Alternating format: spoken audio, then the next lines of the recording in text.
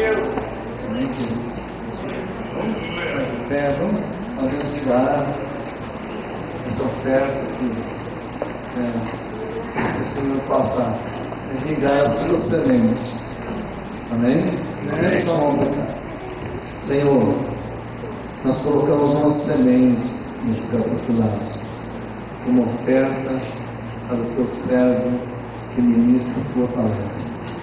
Permita que essa semente, como nós cremos que ela está caindo em terra fértil, ela vai produzir muitas outras sementes, milhares de sementes, milhares de frutos sairão dela.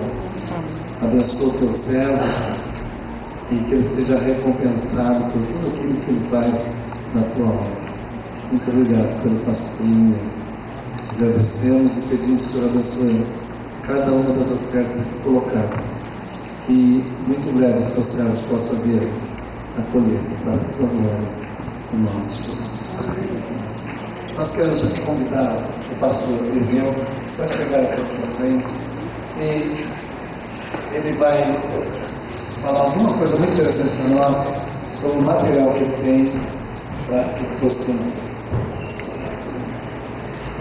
Que Deus abençoe todos nessa noite, amém? Olha para o lado, diga para o irmão que está mais próximo de você, diga que vocês estão muito bonitos hoje.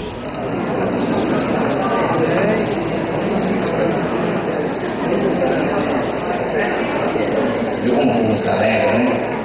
Agora vira para o outro lado, diga assim, irmão, tudo pela fé. Queridos, muito bom estar aqui, né? Eu creio que 5, 6 anos atrás a gente esteve aqui e nós tínhamos uma agenda na quinta em São Paulo, por motivo de um familiar de um pastor falecido, então ele cancelou por uma outra data. Eu falei, o que vamos fazer com quinta e sexta-feira? Eu lembrei que era perto da cidade do apóstolo Saulo. Como a gente é amigo no ministério, lembrei, eu falei, cadê o telefone dele?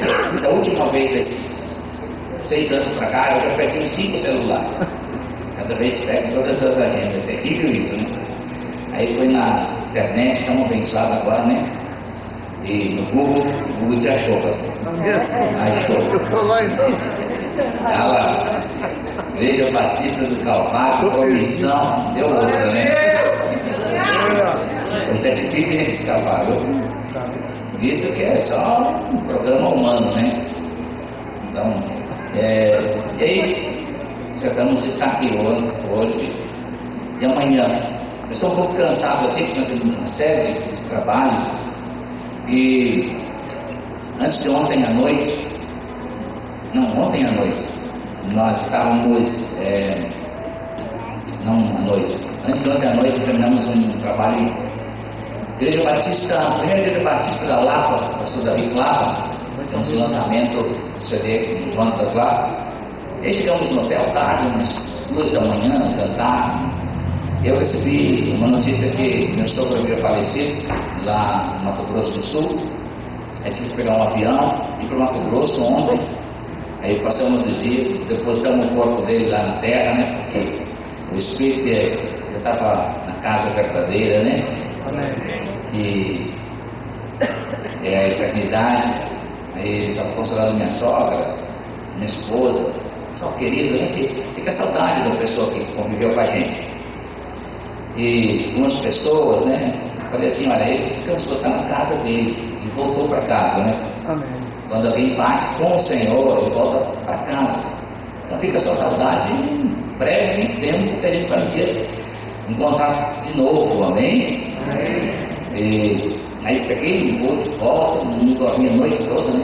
E estou viajando, tive que fazer 300 km de carro. E aí cheguei hoje de manhã em São Paulo, aí dormi umas 2 horinhas no hotel, aí peguei o carro, vim até aqui, mas eu creio que Deus vai me ajudar a pegar umas 3 horas aqui, tá bom? Amanhã eu vou trazer eu vi lá no meu material hoje, eu vi um vídeo de umas cruzadas na África. Amanhã nós vamos passar aqui um pouquinho, para que vocês conheçam um pouco o nosso ministério também evangelístico, né? A gente passa por um lugar, nesses últimos 20 anos, 22 anos de pregação do Evangelho, Mas 21 mais de tempo integral, nós visitamos 102 países. Isso é quase a metade de país que existe no mundo, né? E alguns países nós já visitamos várias vezes, porque nós temos uma morada ainda eu sou craque aqui para o dedinho. Nós moramos ainda hoje no Brasil, a minha residência, em Balneário Camboriú, aquele lugar feio na Santa Catarina. E meu escritório é uma cidade do lado, Itajaí. E ainda eu moro também em Orlando, nos Estados Unidos. E quando vocês quiserem ir lá, não tem problema não, tem bastante hotel, coisa pra todo morar em beira de praia, em Orlando, né? Quanto que vai estar lá para a roupa? Daí é difícil, né? Eu quase nunca estou na minha casa, quem menos está em casa sou eu. Mas fica aqui também um abraço a todo o pessoal do ministério, minha esposa também, apesar de estar um pouco o coração dolorido, o pai falou um abraço na igreja e que Deus possa abençoar vocês esses dias aí. Então, acredito que nós vamos ser muito abençoados hoje, amém? Amém. Antes de eu pregar a palavra de Deus, eu queria só falar um pouquinho do material. Esse aqui é o CD novo da Luísa Rosa. Luísa Rosa é minha nora hoje. Eu vou ser vovô ainda, né? Esses 10 dias atrás tivemos a notícia que eu vou ser vovô. Eu olhei para minha esposa, né? Meu primeiro neto, ou neta, né? Eu olhei para ela e falei, puxa, agora tem que dormir com a vovó. E ela falou, para acabar que eu tenho que dormir com o vovô, né? Mas a Elisa Rosa é minha nora, ela é casada com meu filho do meio, Marcos. CD novo dela, Confiança. E o CD do Jonatas, nós estamos fazendo, ele está fazendo uma série de lançamentos, sempre hoje em Atibaia, de São Paulo também, fazendo lançamento, por isso não está conosco, que está lá com ele. E muito bonito, Deus pode tudo. Isso é muito bonito mesmo. Depois pode compra mais de um, compra para dar um presente de Natal, né? Final de ano, compra coisa boa, coisa que vai marcar as pessoas, amém? Esses CDs são R$15. Os CDs da Atmosfera, esse aqui nós mais vendemos, eles está R$10, tá? Tá bom para você comprar. Não é pirata não, viu? Esse aqui são os DVDs. Esse aqui é Amar a Deus e o que Ele te deu. Às vezes a gente fica com aquele ranço cristão, né? Eu só amo Deus. Não, Deus falou que você tem que amar Deus sobre todas as coisas. Ele não disse que você não tem que amar as outras. Você tem que amar até a sogra. É coisa que Deus quer que você ama, amém? Eu vou dar uma boa razão para você amar a sogra. Você sabe que tudo que Deus deu para a gente não é da gente, né? Dinheiro não é da gente. Uma parte a gente gasta para suprimento pessoal, outra parte para fazer uma poupança, deixar uma herança, paz e tesouro para os filhos, outra parte a gente tem que investir no Evangelho. Os filhos não são da gente. Porque com a idade tem alguém, se você tem uma filha moça, já tem um varão aí em algum canto do Brasil dizendo assim, Deus arruma um varão para mim, né? Chega um momento que velho leva embora. Os dons também não são da gente, né? A gente tem que servir os outros com aquele talento que Deus te deu. Deus deu para a gente servir alguém. A única coisa que Deus deu, que é seu mesmo, é o seu cônjuge. Esse Deus só leva para casa, usa, esse é seu. E quem deu foi a sogra, sabia? Então tem que amar a sogra, amém? Um DVD muito bom. Quais os amores da sua vida? Quem você tem que amar para ser uma pessoa feliz e abençoada? Recuperando valores. Querido, quando a gente perde alguma coisa, não sei, mas a vida nessa área fica mais débil. Quando você perde na área das finanças, por exemplo, a vida fica mais fraca. Você perde alguma coisa emocional, espiritual. E eu explico como você pode trazer de volta, com a ajuda do Espírito Santo, da Palavra de Deus, e recuperar o que você perdeu. Amém? Eu vou ter mais um. Desfazendo as obras da carne, como você pode deixar o Espírito Santo te ajudar a arrancar aquelas coisas que você não consegue sair sozinho? Creio que ninguém sabe mais da gente do que Deus, viu? Às vezes, muitas coisas que nós, como pregadores, falamos são paliativos. Agora, Deus não, Deus que fez a gente. E o Espírito Santo sabe onde estão as coisas erradas. Então Ele pode te ajudar. Amém? Tem mais uma coisa, cadê o pendrive? Aqui é uma bomba atômica, é pequenininha assim, 8 GB, tem 160 horas de pregações aqui. Pregação, você conseguiu ouvir tudo aí, você vai ficar meu fã, com certeza. 160 horas. E é bom porque você pode botar no e-mail, mandar para um amigo uma mensagem, separar e mandar. Queridos, eu sempre digo coisa. Minhas mensagens, quiser copiar, tirar cópia, à vontade. Só não venda. Vender, eu tenho que vender. Mas assim, essa mensagem foi boa, eu acho que eu vou tirar uma cópia para mandar para um amigo meu. Por favor, à vontade. A palavra de Deus ela não pode estar presa a direitos autorais. A palavra de Deus ela é dada, aleluia. Às vezes a pessoa diz, a mensagem é minha. As minhas mensagens não são minhas, são do Espírito Santo. Então, deixa que ele leva para frente. Às vezes as pessoas falam assim, pastor, eu estou pregando uma mensagem sua. Eu falo, deve ter uma porcaria. Mas pastor, mas eu gosto tanto aí. Mensagem que eu prego são do Espírito Santo. Então, às vezes as pessoas dizem, posso pregar aquela mensagem? Eu pode. Por isso que as mensagens do Espírito Santo é o seguinte, você vê uma pessoa pregando, lá no outro canto do mundo está pregando a mesma coisa, né? Você vai combinou, não, é o Espírito Santo também. Então olha para o lado agora e diga assim para o seu irmão, compra um CD, um DVD do pastor Edneu Gruber. Por favor. Glória a Deus. É o pendrive, CD. Você pode pagar com dinheiro, cartão de crédito, cheque de vídeo. Se você não tiver dinheiro, cartão de crédito, você pega o dinheiro com o pastor Saulo, é bastante. Glória a Deus. Glória, isso aí mesmo. Parabéns lá. Não recua, não somos daqueles que retrocedemos, não, né? Aleluia. Vamos lá, abra sua Bíblia comigo então agora em 1 Reis. Primeiro livro de Reis. Diz assim, capítulo 19. Primeiro livro de Reis. Às vezes a gente fala Primeira Reis, né? Mas está errado. É Primeiro Reis, é livro. As epístolas que você pode falar primeiro, segundo. Livro Reis é um livro. Vamos lá. Versículo 1. Quantos acharam? Digo amém. Quem não achou, estudo bíblico para você. Capítulo 19, primeiro livro Reis. E Acabe fez saber a Jezabel tudo quanto Elias havia feito e como totalmente matara todos os profetas à espada. Olha o que um rei desfiado faz, vira fofoqueiro. Então Jezabel mandou um mensageiro a Elias a dizer-lhe, assim me façam os deuses, e outro tanto, se de certo amanhã, a essas horas, não puser a tua vida como a um deles.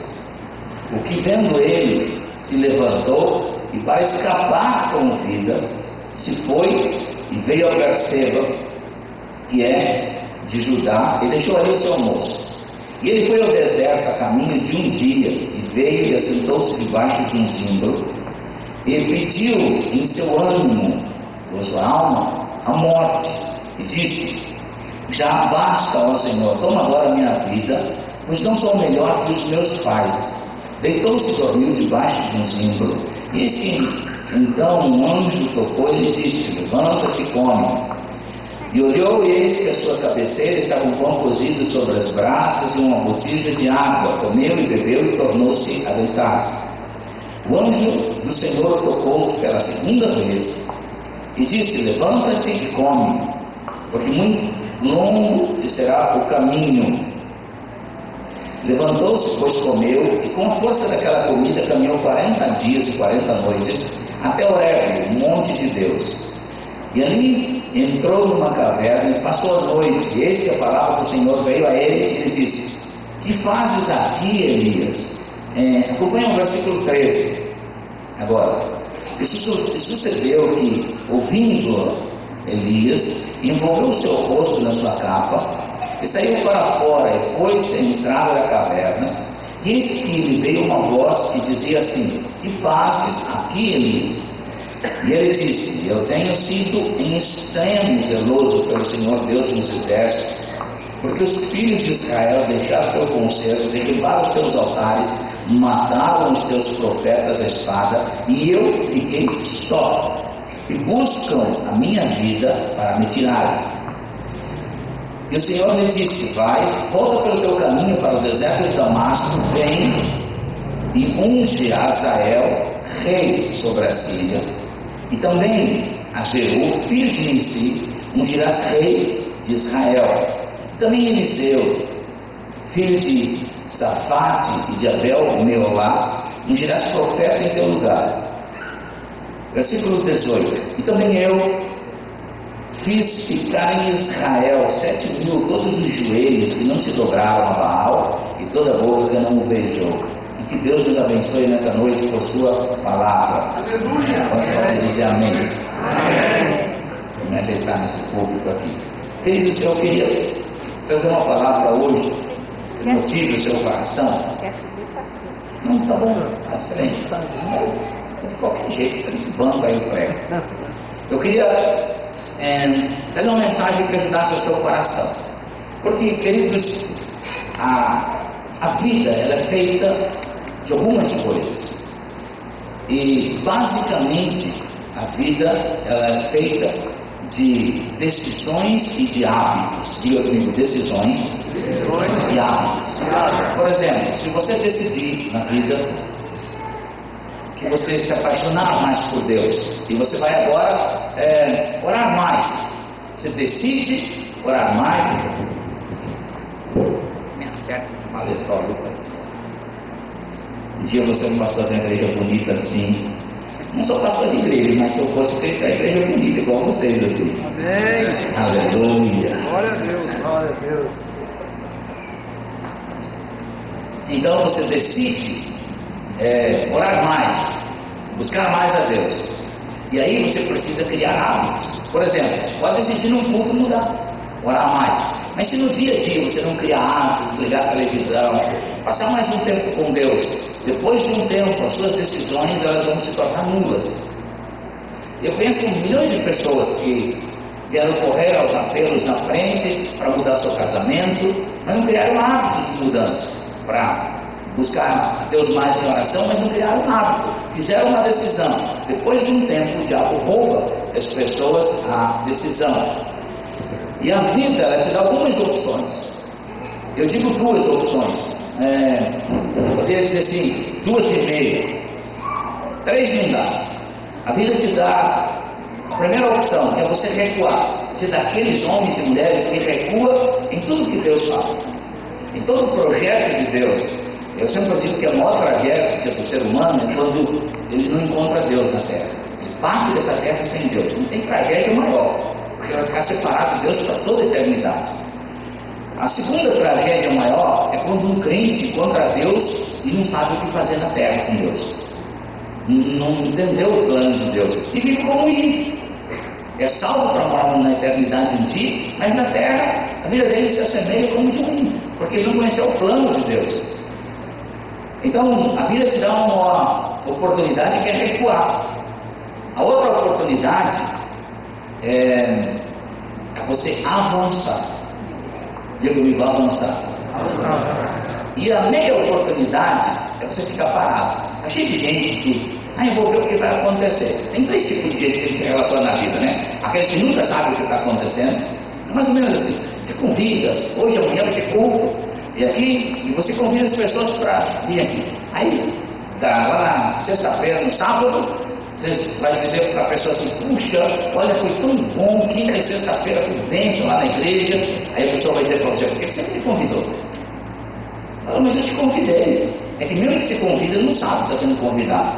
Está cheio de gente que não sabe o que está acontecendo em torno dele. Segundo tipo de pessoas que estão em torno da gente são aquelas pessoas que só olham o que está acontecendo. É os assistidores de novela, né? Nunca leva a lugar nenhum, só olha o que está acontecendo. E o terceiro grupo, que eu acho que é esse que está na minha frente, é aqueles que fazem a coisa acontecer. Aleluia! Amém. E aqueles que não vão ficar parados, não vão recuar, mas vão avançar. Amém. Glória a Deus. Quantos são desses aqui? Diga comigo, não, aleluia. Aleluia. Deixa eu fazer uma pergunta para vocês. Quantos de vocês têm promessas de Deus? Faz assim. Glória a Deus. Agora, baixe sua mão. Quantos de vocês têm luta? Seja sincero. Levante a mão. Eu levantar os pés, não. Mas, fica a mão levantada assim, olha para o lado e diga assim para o seu irmão: bem-vindo ao clube, irmão. É que a maioria dos crentes acha que não vai ter luta. Fez o pastor Saulo bonitinho assim, de gravata branca, não tem luta, né?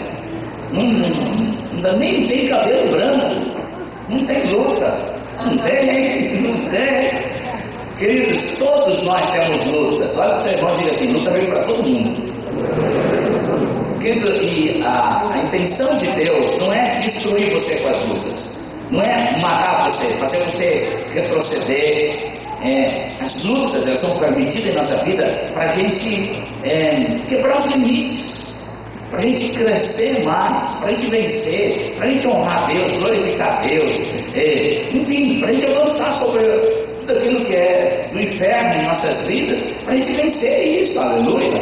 Aleluia. Dizem as lutas, eu tenho que ser um vencedor sobre elas. Tem que ser um vencedor. Agora, eu li esse texto pelo seguinte, porque fala de Elias. Quando a gente pensa em Elias, a gente no Evangelho, principalmente nós do ministério, sempre falamos de unção, né? Capa, manto e por aí afora.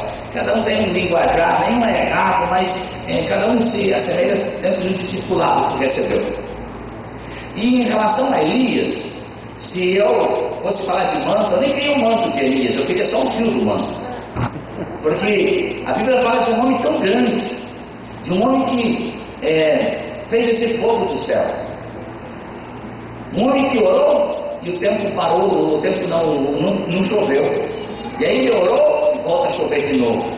Ele elimina os 850 profetas de Acera, de Baal. E é interessante que, se nós disséssemos hoje, o que seria isso? É quando Elias fez toda a nação de Israel decidir em relação a seguir a Deus. Isso seria comparado nos dias de hoje, se um ministério, um homem ou mulher de Deus, tivesse uma verdade tão brutal que ela eliminaria toda a obra do diabo no Brasil, por exemplo, e toda a nação brasileira dissesse assim: nós vamos seguir o Senhor, nós vamos abandonar espiritismo, todo tipo de religião, e nós vamos seguir a Deus.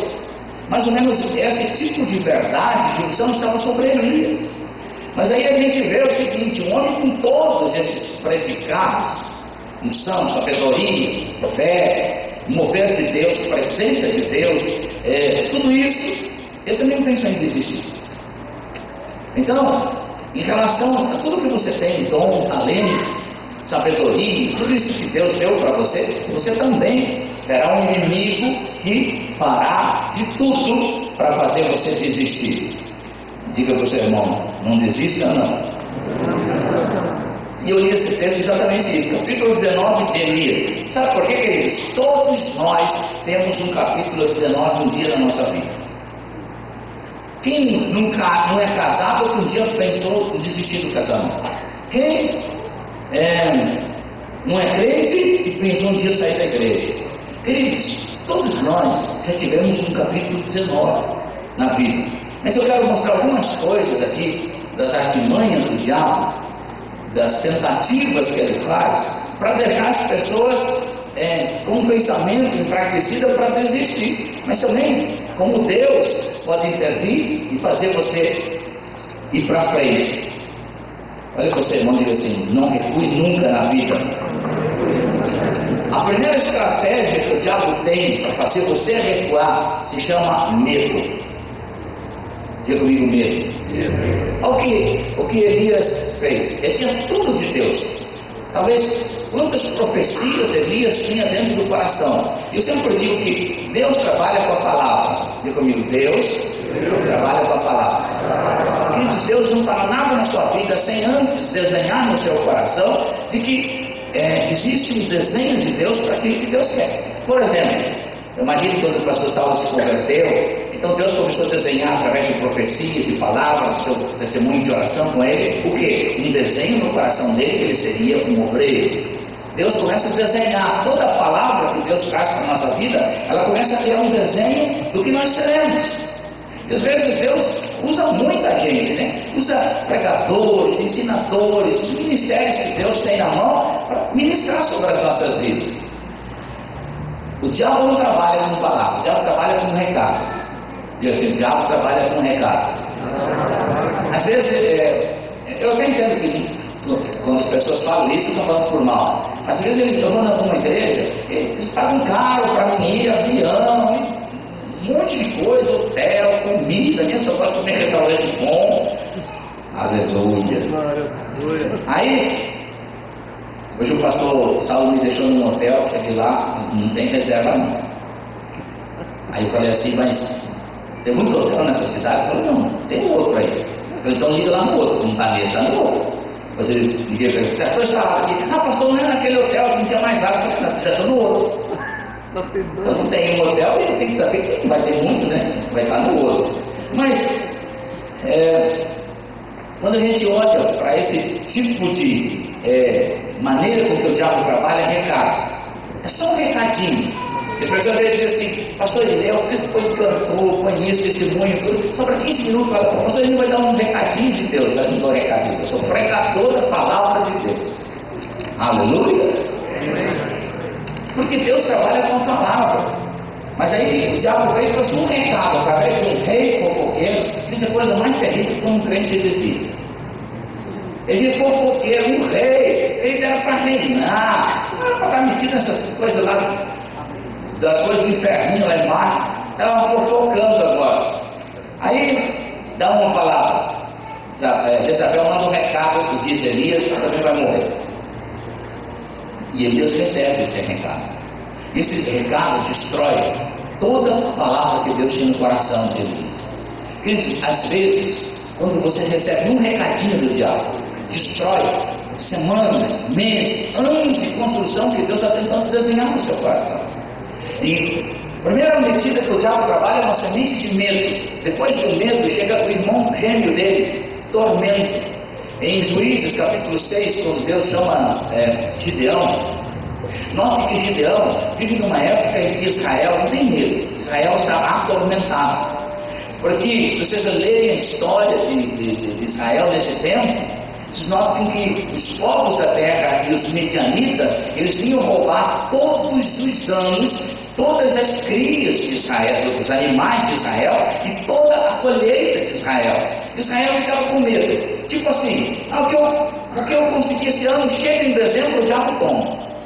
E aí, a história diz que alguns israelitas cavavam profundos buracos para esconder comida para não morrer de fome. Viviam como tatu, em vez de ser o povo que deveria causar terror na terra, medo, cada aliança com Deus, agora vivia atormentado. Todos os anos o diabo, aqui no inferno, sendo usado pelos medianitas, os povos da terra, e roubavam tudo que Israel tinha. E aí, a história de Gideão, né? Deus, eu sou mais pequeno, eu sou menor, não sou nada. E deixa eu dar uma palavra para você. Chega do diabo roubar na sua vida. A partir de hoje, querido, esse ano que vem, tudo que você fizer vai ficar para você, para sua casa, para seus filhos, para sua herança. Aleluia! Você não precisa mais viver com medo. Segunda estratégia do diabo, o isolamento. Isolar. Porque todo isolamento deixa a pessoa mais fraca, mais débil. Tem uma pergunta teológica que diz assim: onde é que estava Adão quando o diabo veio tentar ela? Ele era para estar junto com ela. Essa é a ordem de Deus. Junto. Claro que não ia mudar a história da humanidade, mas note que Elias, o que ele começou a dizer? Primeiro o medo, depois isolar. Estou só. Note que Paulo lá na frente depois fala que Elias tentava dizer para Deus uma coisa que não era verdade. Mesmo como profeta de Deus, ele está dizendo: Deus, eu fiquei só. No versículo 18 nós vemos que Deus falou: não estava só não. Tinha mais de 7.000 homens que nunca se dobraram a Baal. Eu não estava só. Mas a primeira estratégia: o diabo joga medo, depois isola você. Isola você de compartilhar dentro do casamento. Não vou falar isso para minha esposa, não vou falar isso. E nós estamos vivendo um tempo do cristianismo tão difícil, em que nós não temos problema hoje de salvação na igreja. Temos problema hoje de transformação de pessoas que falam a verdade, que vivem a verdade, que se fazem essa aliança para ficar forte. Eu estava vendo a reportagem de um jornalista que ele resolveu, ímpio, assim, mas ele viu um meio de mentira, ele resolveu viver a verdade por 30 dias, não mentir para ninguém. Se alguém tivesse que ter uma resposta dele, ia ter a resposta da verdade. Em 30 dias, ele viveu o máximo de verdade que ele poderia viver. Sabe o que aconteceu com ele? Perdeu o casamento e os amigos. Porque nós estamos vendo um tempo que parece que a verdade não é mais uma coisa importante, que é muito importante. Aleluia! Nunca deixe o diabo te isolar. Quando você fica só, o diabo vem e você enfraquece. Terceiro, primeiro medo, junto com medo do tormento, depois isolamento. E quantos de vocês já pensaram em ir na igreja? Vou ficar só. Depois sabe o que acontece? Confusão. Diga comigo, confusão. Olha o versículo 3, o que está dizendo? Elias, quando ele ouve que o diabo quer matar, ele pensou, eu vou fugir. Mas eu já vim matar, não sou besta. Queridos, olha, ele está no entendimento do versículo, daí ele caminha um dia daqui a Penápolis, mais ou menos, ou a Lins, 30 quilômetros, é o que caminha uma pessoa, um dia, mais ou menos. Depois de um dia, ele está fazendo o que? Versículo 4 diz assim: e Elias pede para si a morte. Aqui, no domingo, recebe uma palavra do pastor Saulo, aquela palavra boa, de domingo, enche de fé. E aí você sai do culto e fala assim: ninguém me segura. Agora ninguém me segura. Eu agora vou arrebentar a boca do balão. Segunda-feira, o primeiro problema, eu quero morrer. Quantos crentes tem assim? Queridos, quantos crentes confusos? Olha, um mau profeta da história aqui está dizendo o seguinte: um dia, eu vou escapar do diabo, não vou ficar na frente do diabo, não. Aí, no domingo, na segunda, eu quero morrer. Eu não posso enfrentar esse problema, o diabo é tão forte. Queridos, confusão. Está cheio de gente confusa. A igreja, muitas vezes, o diabo usa essa estratégia para deixar as pessoas confusas. Estava pregando uma noite no lugar, aí chegou uma moça e disse assim: pastor, eu queria conversar com você. Tá bom, é que eu estou com um problema, eu namoro um rapaz, 8 anos, ele ainda não casou comigo, o que você acha? Eu falei: larga dele agora. Pastor, você é um separador? Não. Mas um homem que enrola 8 anos uma mulher em casa é um enrolando, ele não sabe o que é da vida, é um confuso. É verdade, querido. A moça, quando ela procura um homem, ela quer segurança, não enrolação. Olha, o cara, 11 anos, 8 anos. Aí eu estou pregando essa mensagem, contei esse testemunho. Aí terminou o culto, veio uma moça e chegou para mim e disse assim: pastor, tá vendo aquele cara ali, era Pedro, um homem chorando, né? Mais algumas pessoas no altar. E disse: aquele ali é meu namorado, pastor, ele namora comigo 12 anos. Mas hoje, quando você pregou, ele falou: vou casar esse ano com você aí.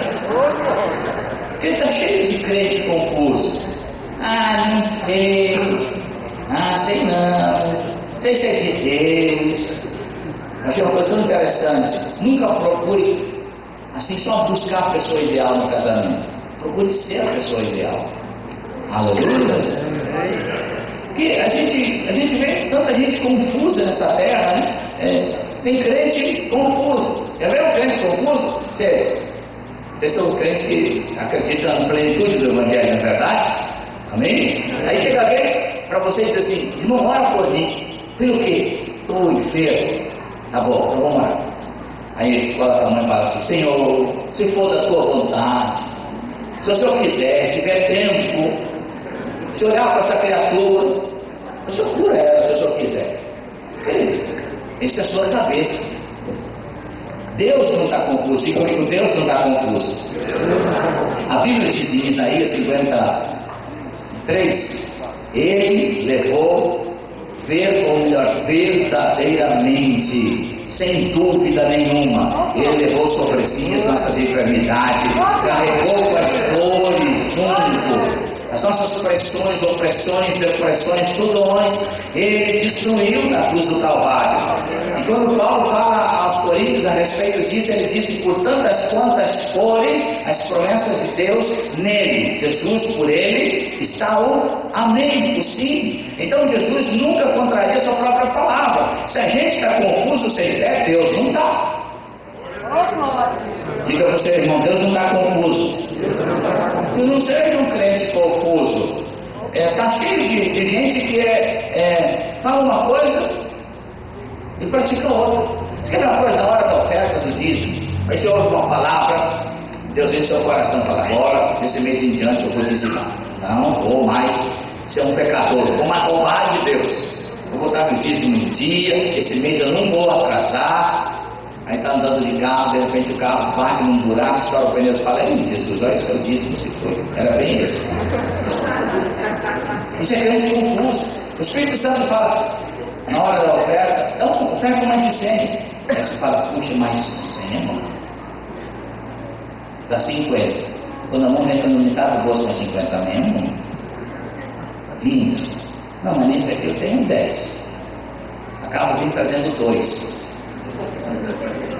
Já pensou que a confusão faz na cabeça de um crente?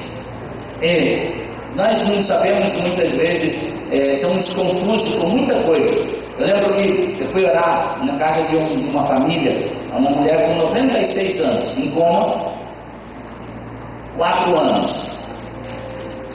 Aí eu perguntei: queridos, ela é crente? Estava a filha, né? A neta, a bisneta, família grande. Eu falei: essa familiar de vocês é crente? Foi crente a vida toda. Pastor, você ora por ela? Ora. Vamos pedir para Deus levar ela?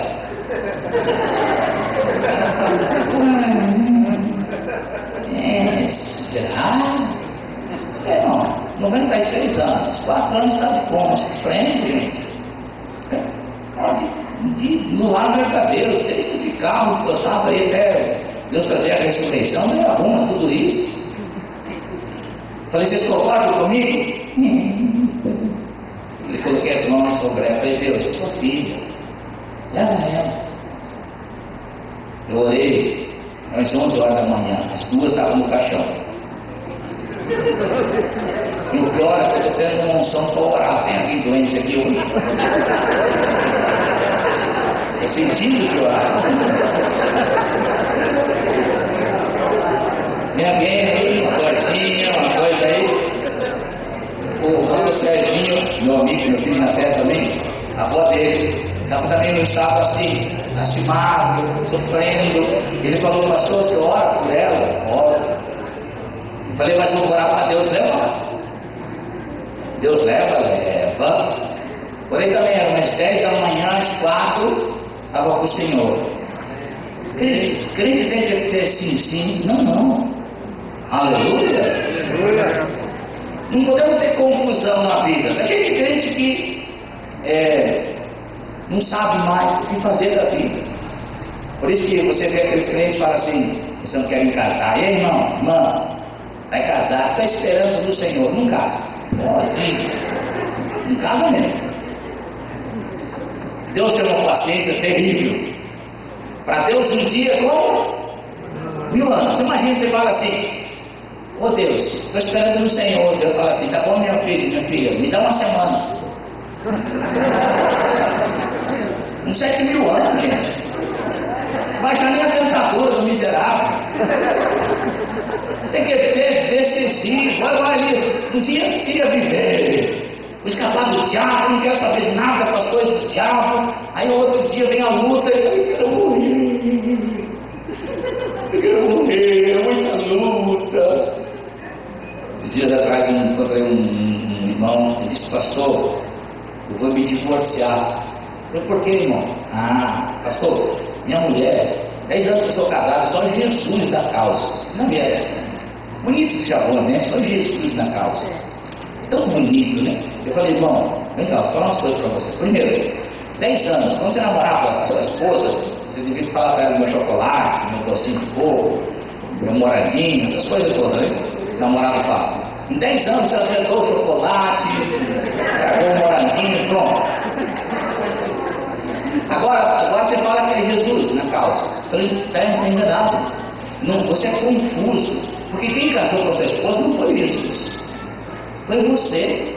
Então não é Jesus na causa, é Jesus em você. Arrancar essas confusões da sua vida para você melhorar o seu casamento. Aleluia! Eu tinha gente confusa aí, arruma um chavão para sair do problema. Não. Agora que vocês vão dizer assim, chega de confusão. Queridos, outra estratégia do diabo, autodesvalorização. Meu Deus, como que a igreja precisa entender algumas coisas nessa área? Olha o que o grande homem de Deus estava dizendo. Deus, eu não sou ninguém, não sou melhor. Porque a igreja quando ora, Deus, tem gente crente que ora assim, Deus, oh Deus, eu não sou nada, Deus, coitado de mim. Então Deus estava falando, não filho, você não é coitado, você é meu filho. O Senhor não me conhece. Querido, eu vou falar algumas coisas que eu escrevi que eu acho interessante. Primeiro, dentro da autodesvalorização, autocomiseração, vendo os outros a sua destruição. Se uma pessoa tem o mesmo talento, a mesma coisa, ele já fica pensando, chegou meu inimigo. Ou senão o namorado está caminhando com a namorada na rua, do outro lado da rua passa um homem, aqueles que fazem academia, né, bombatão, assim. Tem como, a moça vai olhar. Aí o rapaz olha e fala assim, se eu olhar de novo, te quebra o pescoço. Ele vê no outro a sua destruição. Querido, não pode ser assim. A minha esposa acha que eu sou um pouco exagerado demais. Mas eu sempre falo, sou Tom Cruise, aquele nome bonito lá do filme. Se fosse viver na minha casa, lá em casa ele seria só a cruz, o Tom sou eu. É verdade, eu faço às vezes no espelho, toda vez que eu olho no espelho, eu dou uma piscadinha e falo, cara, sou teu fã. Se você não fosse meu, eu seria seu, com certeza absoluta. Mas que o homem de Deus, se a gente olhar hoje para mim, o pastor Saulo aqui, não deveria nem estar sendo crachate de sapato de homem de Deus. Pelo talento que nós temos tão pouquinho, é o que o homem que tinha. Fazia o céu fechar, fez uma nação toda se render a Deus. Agora está dizendo aqui, eu não sou nada, não sou ninguém. Meu Deus, sou extremamente zeloso, não tem mais ninguém. Isso é autocomiseração. Está se colocando no lugar que Deus não colocou. Deus nunca se coloca no lugar que Deus não colocou. Você não é um miserável, um coitado. Você é mais do que vencedor. Por isso que olha no espelho, Deus, por que você está ligando? Por que você fez baixinho assim, né? Não, você fez desse jeitinho que você é, porque é assim que Deus vai usar você. Aleluia!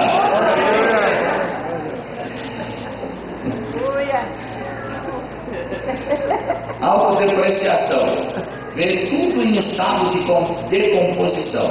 É aquela pessoa que levanta o braço, rasga a camisa e pensa, vou costurar. Eu não ganho camisa nova. E vou dizer uma coisa para vocês hoje. Vou dizer uma coisa para vocês hoje. Costurar roupa, remendar, Deus é contra. Vou provar na Bíblia. Jesus disse que quem remenda pano novo em pano velho, o buraco vai ser cada vez maior. Você já viu aqueles crentes assim? Se tirar o sapato, parece um sedão lá na frente, né? Aquela meia assim é um frio, só é bonito do canto para cima. E tem gente que ainda fura uma meia, já viu? Aí compra uma cestinha com 300 agulhas, 40 veloz de linha, nenhuma da cor da meia. Aí vai na costura, faz uma bola na ponta da meia, arrancar a unha. Você já viu o homem que se autodeprecia? As órgãos deles nunca têm elástico. Quando eles entram na igreja, vê bem certinho, dão 2 passos.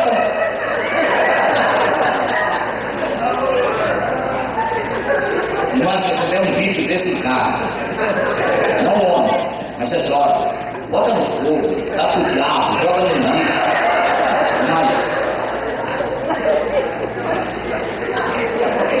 A gente tem essa história sempre de coitadinho. Mas é um crente, não dá, né? Não dá. Sabe o que? Um dia eu estou na casa de um desses crentes, tomar banho, sabe como é chover? Como é que é a casa desse? Cara, o banheiro é assim. Você vai no banheiro, para ligar o chuveiro, você tem que botar uma bota de borracha, pegar um alicate, porque lá onde faz distorce, não tem mais aquelas orelhas, né? Aí se você pegar mal no alicate, aí vou tomar um banho num lugar desse, pega um sapato, um chinelo de borracha, um alicate, muito bem, né? Aí sai 3 pingos de água no canto do banho. Aí você entra aquela água que pela, né? Aquele banho que você toma parece que está assim, do couro, né? Aí passa pouco lá no chuveiro, tem 3 pingos gelados.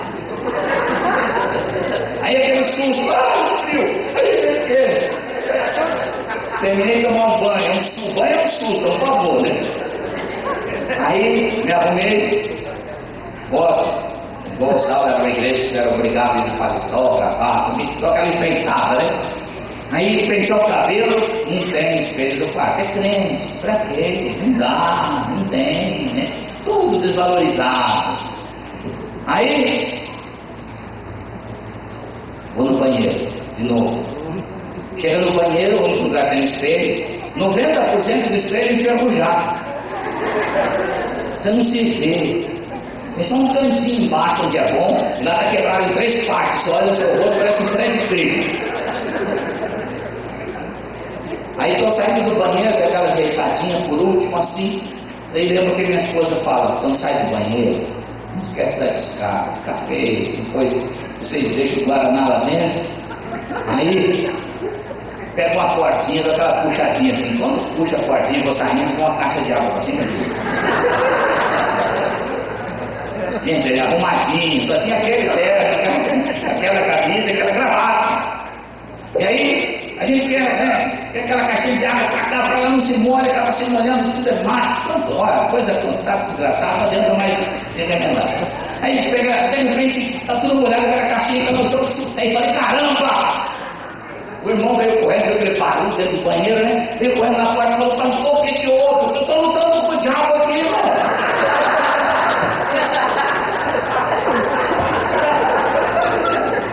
Abri a porta do banheiro e ele queria ver o diabo, com a cara assim, eu falei: o diabo.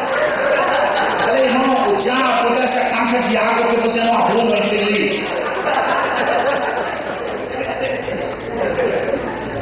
Mas você notou que a maioria de crentes é assim? Um dia, sentei no Vasco, na casa de um desses crentes.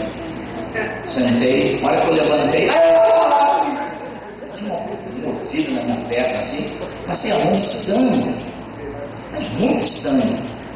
Eu corri para fora, do banheiro lá fora, porque sou um bolo. Até eu pensei: não tem um filme, passou muitos anos atrás, Grêmio, um bichinho que ficava pelo esgoto, comendo gente. Eu vi um vídeo desse, né, que eu pego o outro, fui lá olhar, era a tampa do vaso. Rachado. A hora que eu sentei, ela abriu. Então ele contando as pessoas mordendo na perna.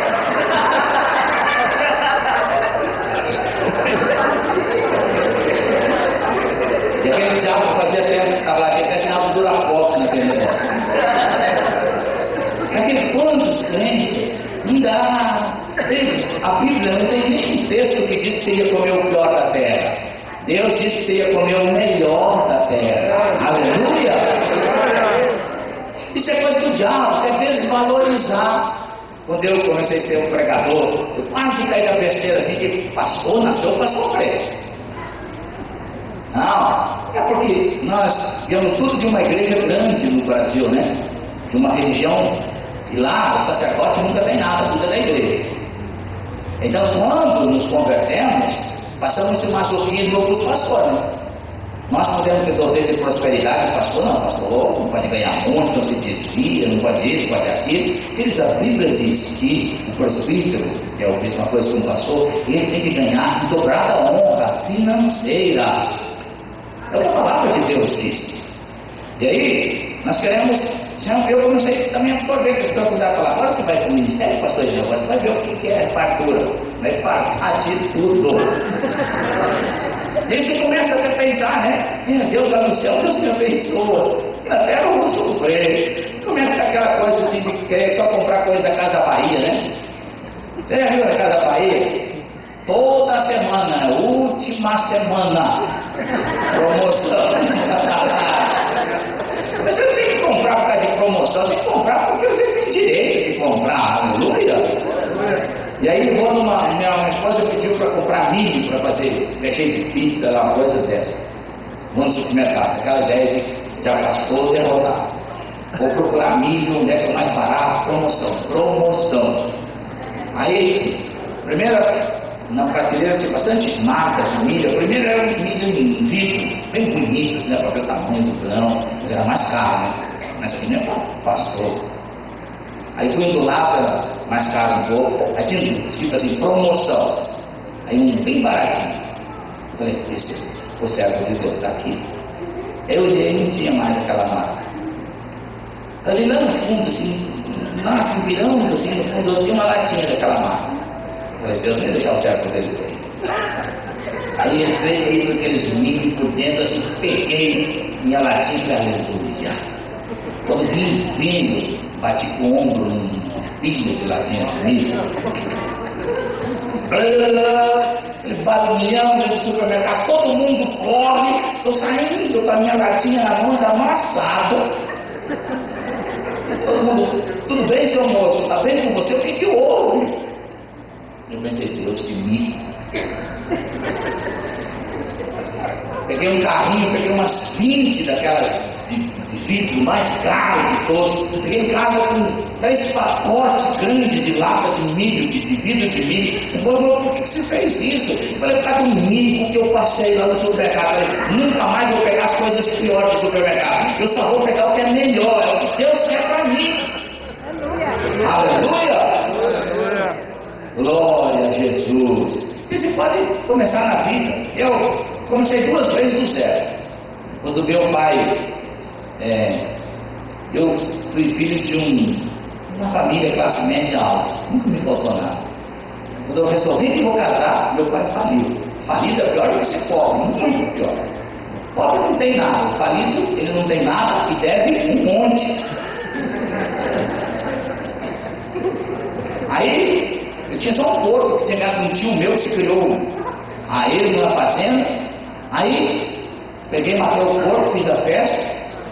Eu lembro quando o tio meu estava naquela rodinha do teu casamento, todo falando, Deus me livre, esse cara é louco, não tem nada, coitado. Sabe aqueles pessoal que vem na rua e fazendo, não, na festa do casamento, eu lembro do meu único porco que eu tinha, aquelas rodinhas assim, né? Quando eu olhava assim, eu chegava a baixar a cabeça, né? Eu olhava alguém olhava assim, miserável, coitado, não vai dar certo a vida.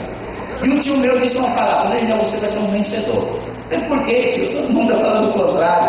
Falou, porque mais mal que você está, você não fica. Tudo que fizer daqui para frente vai acrescentar na sua vida. Queridos, eu trabalhei em fazenda, andei de pé, ficava pensando, Deus, comprar uma bicicleta para mim está bom. Quando comprei a bicicleta e comprar uma moto, um carro 1000, aí eu falo, Deus, está aprendendo coisa rica, logo eu 2.0, né? Eu tenho que começar a pensar sempre no melhor. Quando eu saí para ser um pastor, só peguei minha esposa e meus filhos. Tudo que eu tinha, eu doei. Então, não estou falando de história que fui criado num berço de ouro, não. Eu entendo que Deus, quando tem promessa, Ele faz a coisa acontecer. Aleluia! Vira para o seu irmão lá e diga assim, Deus tem o melhor para você. Aleluia! Autodiminuição. Vê tudo grande, mas contra a si mesmo. Queridos, você já viu que a maioria de nós é assim? Os israelitas eram assim. Por que eles não entraram na terra prometida? Porque eles se enxergavam como gafanhotos. Você já imaginou a diferença de Davi e os outros israelitas? Quando Golias, aquele monstro, começou a falar, gritar, os israelitas tremiam. Quando ele estuda a história teológica, né, desse monstro, aí fala que o escudo dele dá para fazer um telhado de uma casa de 6 pessoas, ponta da lança, 9 quilos. A gente começa a pensar, meu Deus, que monstro, e ficar com medo. Israel era assim.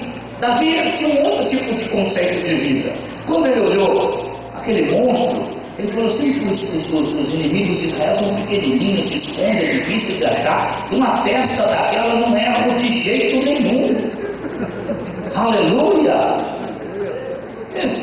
Não pode se diminuir. Complexo de inferioridade. Por quê? Israel nunca entrou na terra prometida. Eles não aprenderam a conquistar. Todo crente tem promessa. Não tem ninguém aqui que não tem promessa. Mas Israel não conquistou as promessas. Até entraram na terra, mas não entraram nas promessas. Por isso, quantos crentes têm promessa e não conquista? Promessa é uma questão de conquista. Entrar e tomar posse, conquistar. Não deixar sua mente, o que os outros colocaram em torno de você, que desvaloriza. O que é seu, é seu. Aleluia! Eu lembro nos Estados Unidos, eu estava numa conferência de motivação, ia falar 2 preletores, um pastor e também um outro empresário na área e ele era um cristão. Tinha umas 5 a 8 mil pessoas naquele lugar, um hotel 5 estrelas dentro da Disney. E quando o primeiro preletor terminou, deu um tempo, um café, um intervalo, aí veio o segundo preletor. E eu pensei que o segundo preletor seria outro americano, bonito, alto, grande, um relógio Rolex, um pulso, terno italiano. Quando entrou no ambiente, entrou um cara em cima de uma cadeirinha de roda, um pedaço de gente só. Ele não tinha os 2 braços, as 2 pernas. Aqui tinha um dedinho de carne, não estou nem falando do pé, estou de perna, aqui em cima. E aí aquele homem começou a falar o que ele faz, as coisas que ele realiza, o seu iate, participando de pesca em alto mar. Eu pensei, Deus, o doente sou eu. Sabe por quê? A gente importa o dedinho, mas não é Deus, eu não quero mais mudar. Se você está aí ainda, porque Deus quer usar você. Aleluia! Não deixe o diabo te enganar. Deus vai te usar. Aleluia! Se o diabo tem estratégia para fazer você parar, diga assim: eu estou fora. Diga assim: eu vou avançar. Aleluia! Então Deus tem estratégia para fazer você avançar. Viu que o irmão diz assim: Deus tem estratégia para fazer você avançar. Primeira estratégia é que você precisa entender como Deus criou. Não o que os outros dizem de você, não o que os outros pensam. Eu fiz uma coluna para minha alma, desde que eu me entendo como pregador, que eu não sou o que os outros dizem que eu sou, eu não sou o que os outros pensam que eu sou, eu não sou o que os outros querem que eu seja, eu não sou o que o mundo preparou para mim ser. Eu sou exatamente o que Deus determinou, mais do que vencedor em Cristo Jesus. Aleluia! A opinião dos outros não me afeta mais do que a opinião de Deus. Com certeza absoluta. Queridos, tudo Deus criou pela palavra. Diga assim: tudo Deus criou pela palavra. Deus disse: haja luz, haja separação. E tudo Deus criou pela palavra. Uma única coisa Deus fez com a mão. Você, o ser humano. Esse Deus fez com a própria mão. É tão interessante quando Deus trabalha o seu modelo. E Deus disse assim, a Trindade perguntando para ela mesma: que tipo de modelo nós vamos criar? Nós vamos fazer o ser humano parecido com um elefante? Aí a Trindade mesmo responde e diz: vamos fazer ele segundo a nossa imagem e a nossa semelhança. O que Deus estava dizendo? Nós vamos fazer ele de maneira que nós cabemos dentro dele e ele cabe dentro de nós. Glória a Deus. Queridos, um Deus que te cria com tantas coisas, que restaura. Quando o homem pecou, se separou, envia o seu filho para restaurar a coroa da sua criação. Queridos, um Deus desse jamais vai te abandonar. Aleluia! Você é o povo escolhido de Deus, a menina dos olhos do Senhor. Aleluia! Deus tem uma aliança com você, nenhuma condenação há sobre sua vida. Deus te fez e quer que você seja um vencedor. Mas quando eu descobri isso, que Deus me fez dessa maneira, eu falei: Deus, mesmo que os outros podem falar tanta coisa, mas o Senhor vai me usar. Aleluia! Vira para o seu irmão e diga assim: Deus vai te usar. Segunda estratégia de Deus: você não está sozinho. Aleluia! Primeiro, Deus tem uma igreja. E queridos, a igreja nunca vai sofrer falta de continuidade, de crescimento, porque é a única instituição na terra que não vai falir. O próprio Deus é o aval. Homens e mulheres podem pecar, a igreja pode decepcionar, e a igreja vai continuar crescendo, porque ela não está alicerçada em homens. Deus disse que Ele é o avalista da igreja e que as portas do inferno não vão prevalecer sobre a igreja do Senhor Jesus Cristo. Aleluia! Então você não está sozinho. E Jesus disse uma coisa extraordinária: eis que estarei convosco todos os dias até as consumações dos séculos. Aleluia! Você não está sozinho. Deus é a sua própria companhia. É que às vezes a gente passa por uma lutinha para Deus: onde é que está você? Olha o que Deus estava lá escondido. E aí, Deus faz uma coisa interessante, muito interessante. Deus pergunta, versículo 9, versículo 13, né? O que você faz aqui? Vem cá, põe repartindo, vem cá você. Nós põe repartindo no galadão da mensagem, tá? Vamos dizer que você é um Elias aqui, tá? Não é assim, mas só uma representação. Um Elias resfriado. Aquele cara, cabeça baixa, né? Deus me esqueceu, estou passando luta, e Deus não está aqui. Elias estava assim numa caverna: estou sozinho, não tem mais ninguém. Aí Deus, o que Deus fala? Elias, o que faz? O que faz? Isso dá uma conotação do quê? Que Deus estava lá. Deus não falou: o que você está fazendo lá? O que você está fazendo aqui? Deus está dizendo: Elias, eu estou com você, foi eu que te ungi. Você pode ir para o inferno, eu vou com você. Você pode subir a montanha, eu vou com você. Você pode descer os vales mais profundos, eu jamais vou te abandonar. Fui eu que te escolhi. O que Deus está dizendo depois? É que Ele tinha uma unção sobre a vida dele, um propósito de Deus. Elias, o que você está fazendo aí? Quero te falar uma coisa: sai dessa caverna, para de se esconder. Essas pressões do diabo não podem eliminar o propósito de Deus sobre a sua vida. Sai daí, vem cá. E aí Elias vem e Deus diz uma coisa para ele: Elias, você tem uma unção sobre você. Você vai e vai ungir a Azael, rei sobre a Síria. Você vai ungir a Jeú, rei sobre Israel. E você vai ungir Eliseu, profeta. O que Deus estava dizendo? Que Deus tem um propósito de unção na vida daquele homem. Olha para o irmão lá e diga assim: Deus tem um propósito de unção sobre você. Eu vou terminar agora, me dá mais 5 minutos eu termino. O IBGE, as pedras, eles dizem o seguinte: que em 2020, 50 e tantos por cento da nação brasileira serão evangélicos. Mais de 50% da nação. Nos próximos 10 anos é uma década de ouro. Lembra bem dessa palavra: próximos 10 anos é uma década de ouro. Para você prosperar, nesses próximos 10 anos o Brasil vai se tornar a 4ª nação mais rica do mundo. Qualquer ímpio vai ter 4 ou 5 vezes mais do que tem hoje. Você, com o Filho de Deus, tem que ter 10 vezes mais. Queridos, você já pensou que Deus te deu uma unção? Diga assim: Deus colocou uma unção sobre mim. Existem 3 fases da unção. A primeira fase é aquela que você treme, que você cai, que você chora, fala em línguas, e que você é ungido para pregar o evangelho, para orar pelos enfermos, para falar em línguas.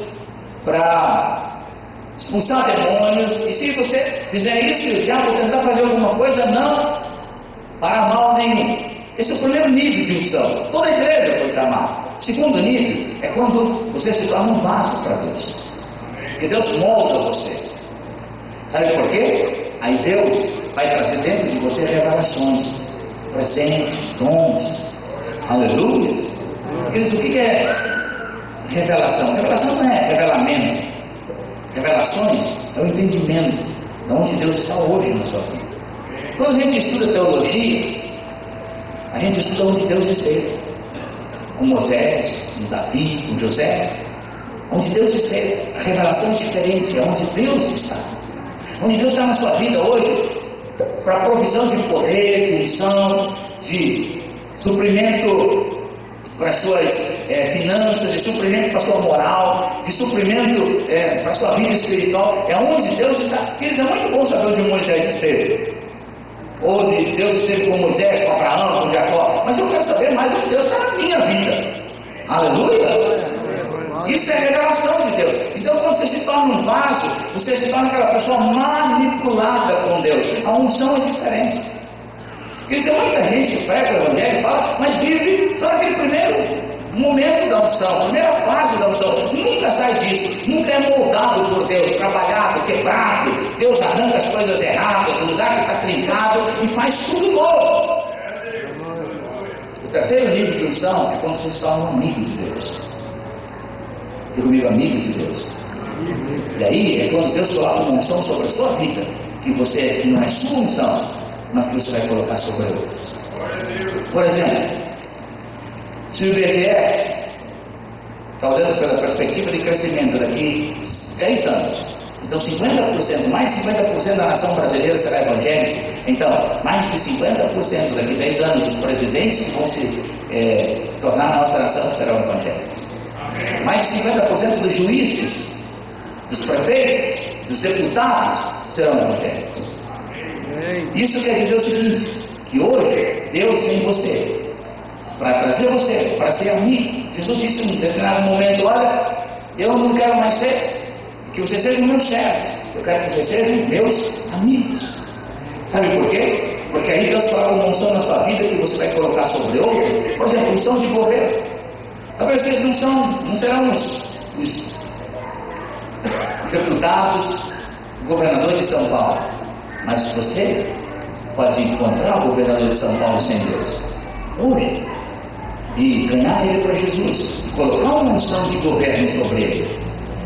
Elias nunca foi rei, nunca seria rei, mas Deus colocou sobre ele uma unção de rei e disse: você vai encontrar um homem e vai ungir ele a rei. Queridos, muitas pessoas que nós temos que ganhar para Jesus e colocar uma unção sobre elas, e que elas vão reinar amanhã, serão os governos do nosso país, das nossas cidades, do nosso estado, e vão ter uma unção de Deus sobre ele, porque você obedeceu a Deus, você não recuou, não ficou parado, você foi adiante. Aleluia!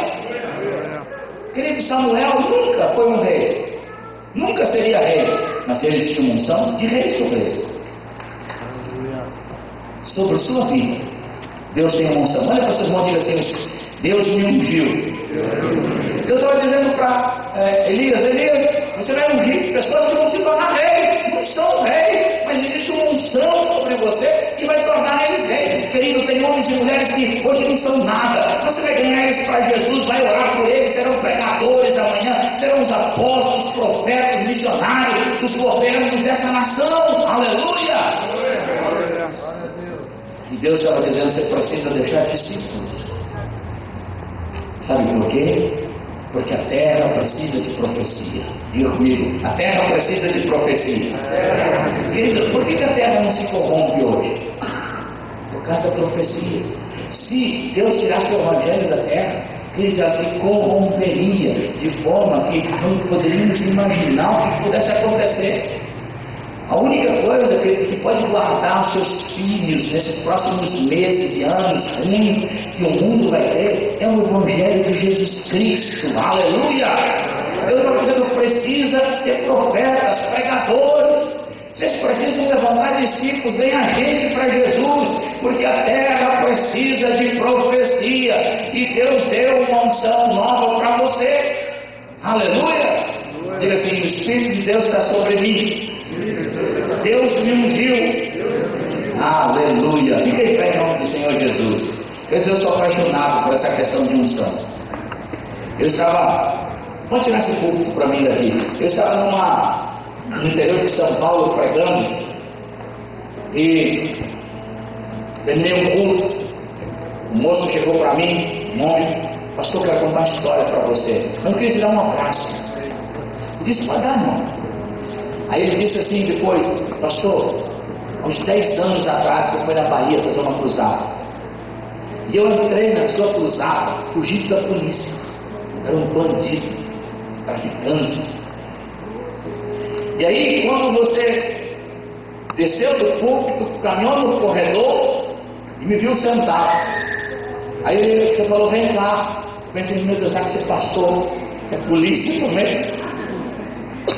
Aí você trouxe uma profecia sobre mim, que eu seria um pastor, um homem de Deus. Mas eu era um bandido.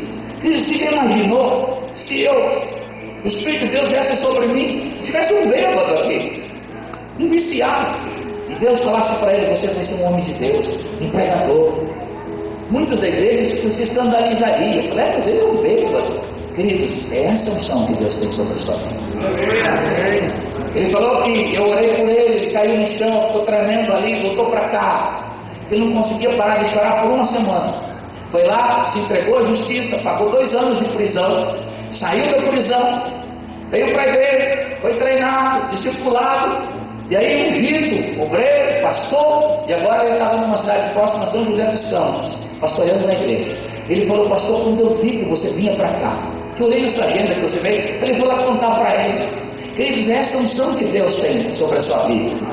Você vai orar por pessoas e vai mudar a história da vida dela.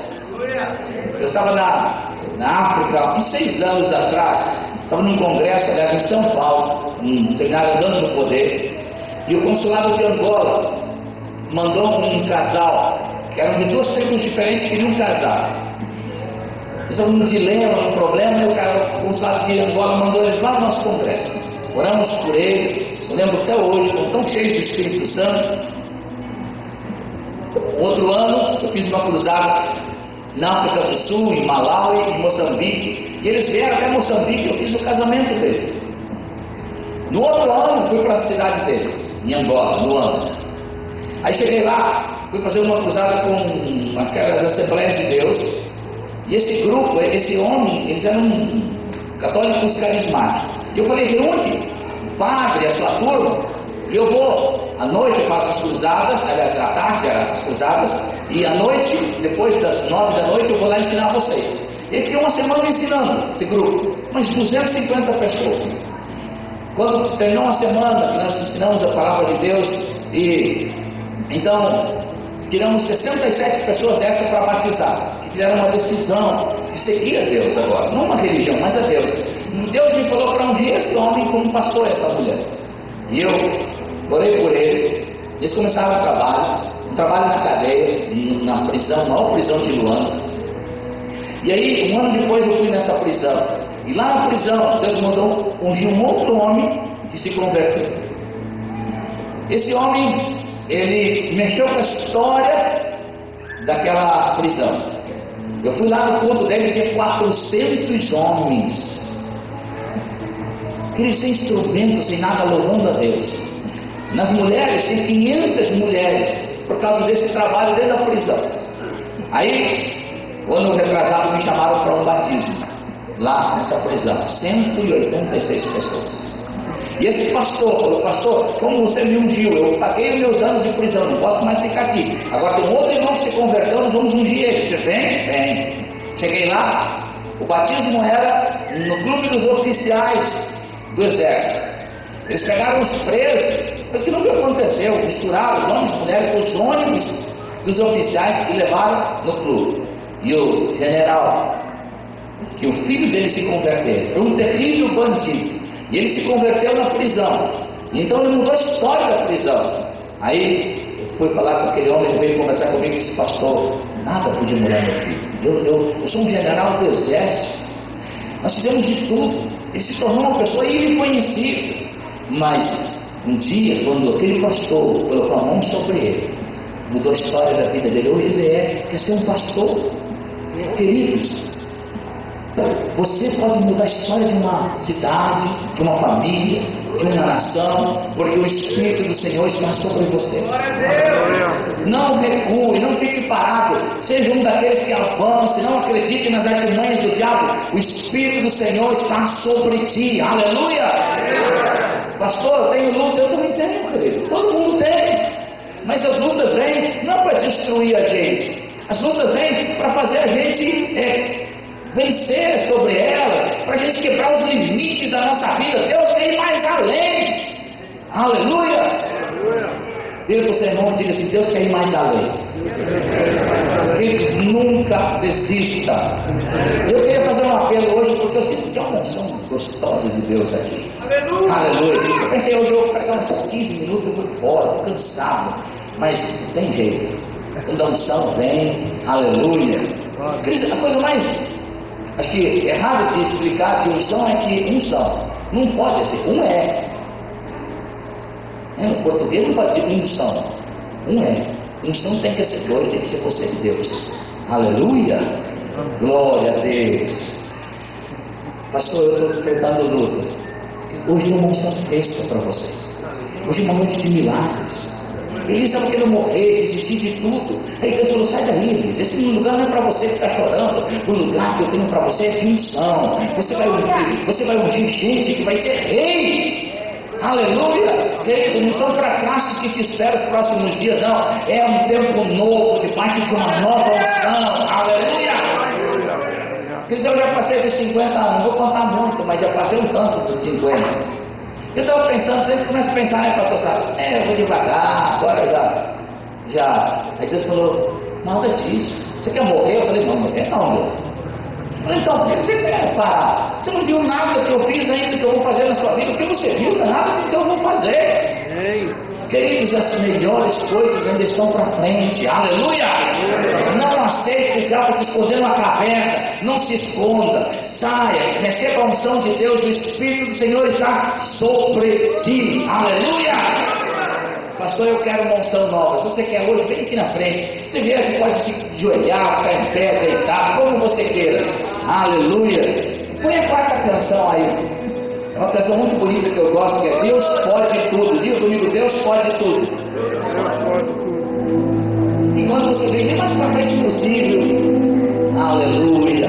Agora comece a rasgar seu coração, feche os seus olhos, comece a falar em outras línguas, seja cheio do Espírito Santo nesta noite. Ei, uma unção sobre você, uma unção fresca. Deus vai te usar. Aleluia.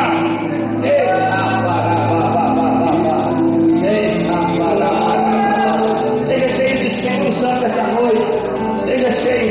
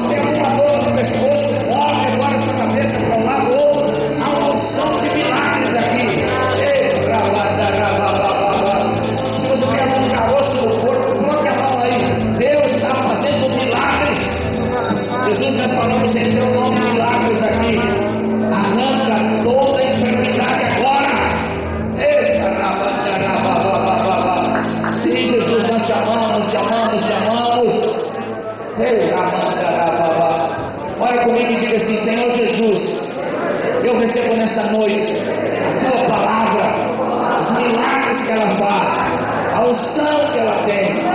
E a partir de hoje, haverá uma nova estação de Deus na minha vida. Eu não vou desistir, eu não vou ficar parado, eu vou ir adiante, em nome de Jesus. Amém. Porque se você tinha alguma dor no corpo, doía o braço, manda o braço agora, doía a perna, move a perna, a coluna baixa, levanta. Assim que Deus fez milagre. Quem já pode notar? Deus, tinha uma dor no meu braço, pescoço, eu não tenho mais dor. Você pode ir. Move aquela parte que doía. Pastor, não dói mais. Levante a mão, vem. Aleluia. Tinha ninguém aqui com dor, nada. Se você tinha, move aquela parte. Às vezes são instantes de você sair de um lugar que não tem cura para um lugar que tem. Aleluia. Se alguém tinha dor, não tem mais agora. Deixa eu dizer algo para você. Dia de amanhã, ninguém entrou nele. Nem você. A gente pode ter errado para trás, mas o passado não pode condenar a gente. O dia de amanhã é um dia dele. Só Jesus entrou nele. Porque ele é o princípio e o fim dos seus dias. E todas as maldições, pragas, pobrezas, derrotas terminam em Cristo. Então amanhã você decide quem você quer viver. Entrar lá chorando, desanimar, levar tudo isso para dentro de ti, ou entrar com Jesus e viver uma vida vitoriosa. A decisão é sua. Pastor, eu quero orar mais, quero me entregar mais a Deus. Então crie hábito. Deixe de levar a televisão para os seus filhos. Leve a presença de Deus. Em pouco tempo você vai ver que as coisas vão mudar. Aleluia. Glória a Deus. Deus vai te usar muito. Dê um abraço no seu irmão e diga assim: Deus vai te usar muito, irmão. Queridos, amanhã à noite nós vamos ter aqui mais uma noite abençoada. Convide mais alguém. Nós vamos ter uma noite de muitos milagres aqui.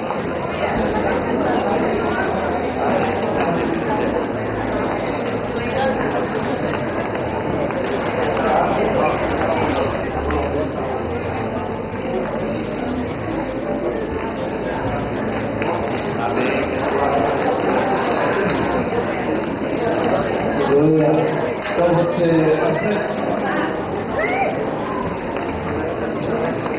bem, então meu querido, amanhã você fala para as pessoas o que Deus fez hoje.